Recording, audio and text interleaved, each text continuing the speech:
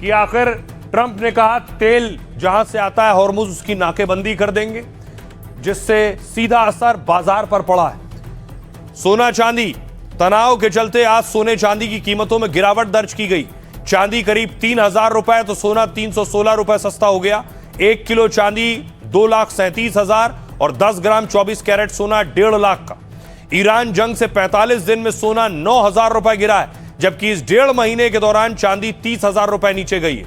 अब देखिए बाजार का हाल। आज सेंसेक्स 703 अंक गिरकर 76,848 पर बंद हुआ।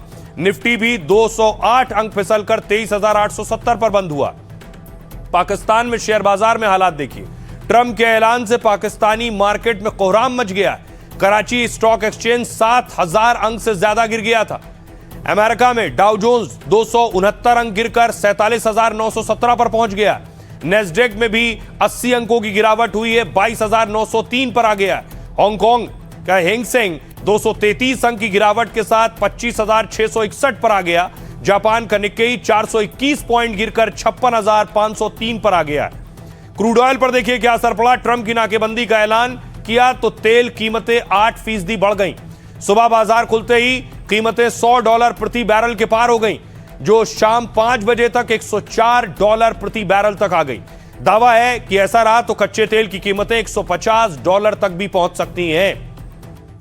सुनिए जरा, ट्रंप ने अगर हॉर्मुज बंद कर दिया तो क्या होने वाला है, मार्केट एक्सपर्ट क्या कह रहे हैं। कहीं ना कहीं एक नेगेटिव सेंटिमेंट इसलिए फिलहाल अभी रहा है कि डील हुई नहीं, और अब देखना है कि आगे चल के क्या हॉस्टिलिटी फिर से बढ़ती है या नहीं बढ़ती, वो देखना है। सेकेंड थिंग कि जो स्ट्रेट ऑफ हॉर्मुज पे यूएस नेवी का ब्लॉकेड की बातें आ रही हैं, तो वो भी एक नेगेटिव सेंटीमेंट क्रिएट कर रहा है, क्योंकि उसकी इम्पैक्ट डायरेक्ट हमारे एक्सपोर्ट जो खाड़ी के देश में उस पे होगी, ऑयल इंपोर्ट में होगी। तो अब देखना है कि ये क्या इसका आउटकम होता है। इन शॉर्ट सिचुएशन थोड़ी सी फ्लूइड है, लेकिन मैं ये जरूर कहूंगा कि जो 30-40 दिन की वॉर या जो भी कहो, उसके बाद सिचुएशन थोड़ी सी इंप्रूव होती हुई दिखाई दे रही है। और मैं मानता हूं कहीं ना कहीं जब दोनों पक्ष बातें कर रही हैं तो सूनर और लेटर एक डील हो सकती है। अब देखिए, ईरान ने हॉर्मुज बंद किया, अमेरिका नाकेबंदी करने जा रहा है। यमन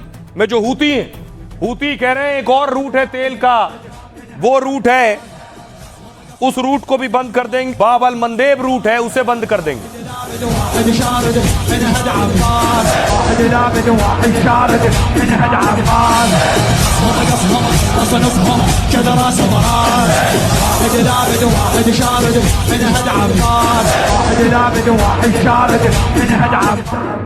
अब इस पर ट्रंप क्या धमकी दे रहे हैं और ईरान क्या कह रहा है। अगर ये रूट बंद हो गए तो दुनिया में तेल में आग लगेगी और से मिलेगा तेल और महंगा हो जाएगा।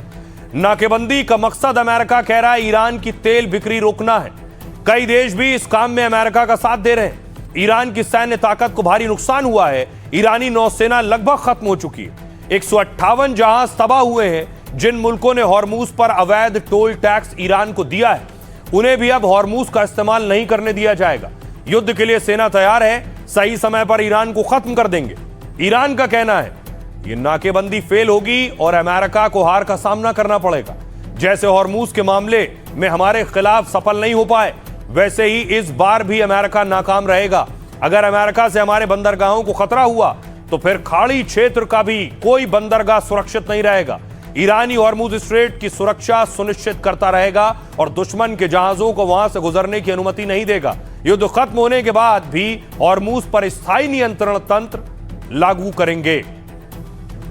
सुनिए जरा, डोनाल्ड ट्रंप क्या कह रहे हैं और ईरान के सिक्योरिटी चीफ क्या कह रहे हैं। हॉर्मुज स्ट्रेट में दाखिल होने वाले सभी जहाजों को एक नए कंट्रोल सिस्टम के तहत टोल देना ही होगा। पर्यावरण सुरक्षा, सिक्योरिटी और सर्विसेज पर आधारित इस नए कंट्रोल सिस्टम में टोल तय किए गए हैं। कोई भी जहाज जो दाखिल होना चाहता है उसे टोल देना ही होगा। सरकार को राष्ट्रीय हितों के आधार पर हॉर्मुज स्ट्रेट के पूरी तरह से प्रबंधन और इसके नियंत्रण के लिए एक सिस्टम बनाना होगा। हमारी नाकेबंदी लागू होने जा रही है। दूसरे देश भी काम कर रहे हैं ताकि ईरान तेल ना बेच पाए, और ये बहुत ही असरदार होगा। लेकिन हम जो करना चाहते हैं वो ये है कि मैं फिर से कहूंगा कि हमें इसकी जरूरत नहीं है। हम जो देख रहे हैं, जो नजर आ रहा है और जो मैं सोचता हूँ, हो सकता है कि यह मेरा विचार हो, या फिर शायद ना हो, मुझे नहीं पता, लेकिन कई नावें हमारे देश की तरफ आ रही हैं ताकि तेल भर सकें और उसे ले जा सकें। इसलिए वे हरमुज स्ट्रेट से होकर नहीं गुजरेंगे और आखिरकार इस स्थिति को ठीक कर लिया जाएगा। हमारे पास रूस और सऊदी से कहीं ज्यादा तेल है। अब देखिए जरा, हॉर्मूज बंद कर देंगे यानी तेल का पूरा रूट बंद हो जाएगा तो तबाही आएगी। दुनिया के देश इसमें अमेरिका के साथ नहीं है। ब्रिटेन कह रहा है हम ईरान के खिलाफ किसी भी नौसैनिक घेराबंदी में शामिल नहीं है।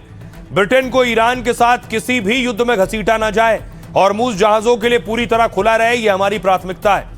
इजराइल कह रहा है ईरान के नियम तोड़ने पर नाकेबंदी और नौसैनिक घेराबंदी का फैसला लिया गया है, हम निश्चित रूप से इसका समर्थन करते हैं। रूस कह रहा है हॉर्मूज पर नाकेबंदी से अंतर्राष्ट्रीय बाजारों पर नकारात्मक असर पड़ेगा। डोनाल्ड ट्रंप के इस आदेश के कई पहलू अभी तक साफ नहीं है। ऑस्ट्रेलिया कह रहा है अमेरिका से नाकेबंदी में शामिल होने का कोई अनुरोध नहीं मिला है, हम सिर्फ अंतर्राष्ट्रीय समुद्री कानून के पक्ष में हैं। चीन का कहना है ईरान हॉर्मूज को नियंत्रित करता है और यह हमारे लिए खुला है। ईरान के साथ हमारे व्यापार और ऊर्जा समझौते हैं, हम उनका सम्मान करते हैं और अपेक्षा करते हैं कि अन्य लोग हमारे मामलों में दखल न दें। तुर्की का कहना है हॉर्मूज का विवाद भविष्य में कूटनीतिक रास्तों से सुलझा लिया जाएगा। ईरान यूएस के बीच बातचीत बढ़ाने के लिए 60 दिन का युद्ध विराम होना चाहिए। सुनिए अमेरिकी राष्ट्रपति क्या कह रहे हैं और दुनिया के नेता क्या कह रहे हैं। हम राष्ट्रपति ट्रंप के ईरान पर समुद्री नाकेबंदी के सख्त रूप का समर्थन करते हैं। हम अमेरिका के साथ लगातार समन्वय में हैं। मेरी उपराष्ट्रपति जेडी वेंस से बात हुई। मुख्य मुद्दा है समृद्ध यूरेनियम को हटाना और यह सुनिश्चित करना कि आगे कोई यूरेनियम संवर्धन ना हो। हमारे विदेश मंत्री ने भारत को 5 मित्र देशों में शामिल बताया है। भारतीय जहाजों के लिए हमारी भारत सरकार के साथ अच्छी दोस्ती और संबंध है। हम चाहते हैं कि भारतीय जहाजों के लिए बेहतर तैयारी और सुरक्षित व्यवस्था हो। स्टेट ऑफ हॉर्मूज में रुकावट का कारण ईरान वॉर है। इसका समाधान केवल तुरंत संघर्ष विराम और शत्रुता समाप्त करने में ही होगा। हमें मदद करने के लिए नहीं कहा गया है। हमने जो किया है वह है लगातार सहायता देना। हम चाहते हैं कि तनाव कम हो, आम नागरिकों की जान का नुकसान बंद हो, नागरिक इंफ्रास्ट्रक्चर को होने वाला नुकसान रुके और सबसे जरूरी बात यह कि हॉर्मुज स्ट्रेट में जहाजों की आवाजाही बिना किसी रोक टोक के फिर से शुरू हो जाए। अमेरिकी राष्ट्रपति ने हॉर्मुज की नाकेबंदी की घोषणा की है। इसके परिणाम स्वरूप तेल की कीमतें रातों रात $100 प्रति बैरल से ऊपर पहुंच गईं। इससे यह पता चलता है कि यह संघर्ष, यह युद्ध ही उस समस्या का असली कारण है जिसका सामना हम अपने देश में भी कर रहे हैं। और इसीलिए मैं एक बार फिर से स्पष्ट रूप से कहना चाहता हूं, इस युद्ध को समाप्त करने की दिशा में काम करने के लिए हम पूरी शक्ति से हर संभव प्रयास करेंगे। मैं नाटो से बहुत निराश हूं। हमने रूस के खिलाफ नाटो की सुरक्षा पर खरबों डॉलर खर्च किए, लेकिन जब हमें जरूरत थी तो वो हमारे साथ नहीं थे। मैं लंबे समय से इसे थोड़ा अजीब मानता रहा हूं और इसकी गंभीर समीक्षा होगी। तो रही अब आपको बताऊं कि आखिर ट्रंप ने कहा तेल जहां से आता है हॉर्मुज उसकी नाकेबंदी कर देंगे। अब इस बीच खबर यह आई है कि ईरान का जो अंडरग्राउंड हथियारों का जखीरा जहां मौजूद था उस जगह अमेरिका ने अटैक किया है और उसके बाद वो तबाह हो गया है। अंडरग्राउंड जहां ईरान अपने फाइटर रखता था, इस सुरंग के अंदर देखिए किस तरह की जगह थी ये।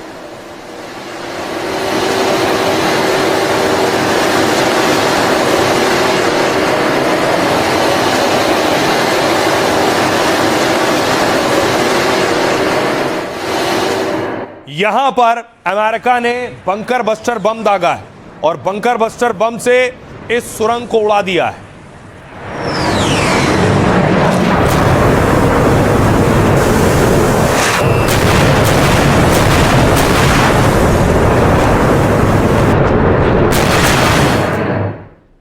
अब देखिए अगली तस्वीर आपको दिखाऊं, सैटेलाइट तस्वीर जो धमाके की तस्वीर है टनल को उड़ाने की, यह है वो तस्वीर।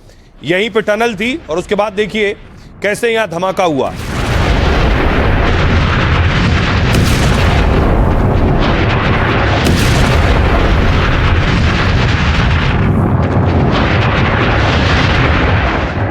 अंडरग्राउंड इमेज दिखाऊं जो उसके बाद सैटेलाइट इमेज आई है। ये जो आप देख रहे हैं ये उसकी सैटेलाइट इमेज है जहां अटैक किया अमेरिका ने और इसी के नीचे यही टनल बनाकर सुरंग बनाकर फाइटर रखे गए थे ईरान। अब देखिए अमेरिका ने कैसे यहां अटैक किया। जंग में अमेरिका ने ईरान को बहुत गहरे घाव दिए। दावा है ईरान का ये अंडरग्राउंड बेस तबाह हो गया है और जिसे ईरान में ईगल 44 के नाम से जाना जाता है। इस गुप्त ठिकाने पर खुलासा हुआ कि सैटेलाइट तस्वीरों से इसका खुलासा हुआ। न्यूयॉर्क टाइम्स के मुताबिक ये ईरानी वायुसेना का एयरबेस है जो अमेरिका इजरायली हमलों के बाद तहस नहस हो गया है। रिपोर्ट के मुताबिक ठिकाना पहाड़ों के बीचों बीच बना हुआ था। जमीन से सैकड़ों फीट नीचे धरती काट कर इसे बनाया गया, लेकिन हमलों से सैन्य ठिकाने और सुरंगों को बहुत बड़ा नुकसान पहुंचा है। दावा है बमबारी से हवाई पट्टी और ठिकाने के गेट तबाह हो गए हैं। यहां तक की दावा है कि कई विमान भी मलबे के नीचे दब गए। ईरान के लिए यह सिर्फ एक एयरबेस पर हुआ नुकसान नहीं है, बल्कि यह वही बेस है जिसे ईरान ने सिर्फ इसलिए तैयार किया था ताकि वो यहां रूस से मिलने वाले अत्याधुनिक विमान तैनात कर सके। दावा है यह सुखोई 35 लड़ाकू विमान की तैनाती के लिए बनाया गया था और यह सैन्य अड्डा दक्षिणी ईरान के हॉर्मुज गान प्रांत में बना हुआ है, जहां हॉर्मुज स्ट्रेट है उसके पास उससे 60 किलोमीटर उत्तर में मौजूद है ये जगह। इस अंडरग्राउंड सैन्य ठिकाने को बनाने की शुरुआत 2013 में हुई थी और जबकि रनवे का निर्माण लगभग 8 साल बाद शुरू हुआ है। इस ठिकाने को गुप्त रखा गया था क्योंकि यह हॉर्मुज के नजदीक है।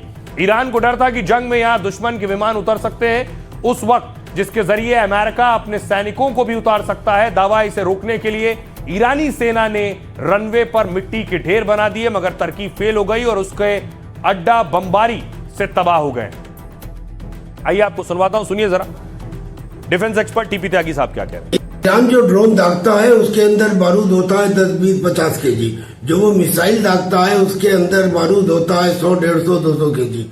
लेकिन जो बम इजराइल और अमेरिका गिरा रहे हैं ईरान में, उनमें वजन होता है 1000 केजी, 1000 केजी से भी ज्यादा, 2000 पाउंड का वगैरह टाइप। और वो बम एक दो नहीं, वो 20,000 से ज्यादा गिराए जा चुके हैं और ये वहां के 200 से ज्यादा शहरों में गिराए जा चुके हैं।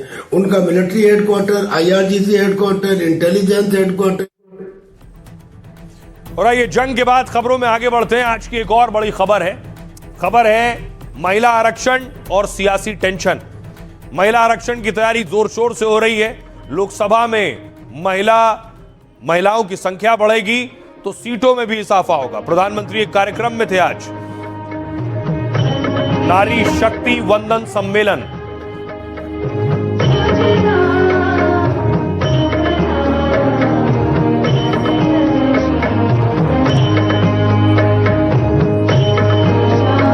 कल जम्मू में देखिए बाइक रैली निकली, महिला आरक्षण के समर्थन में यह बाइक रैली निकाली गई थी।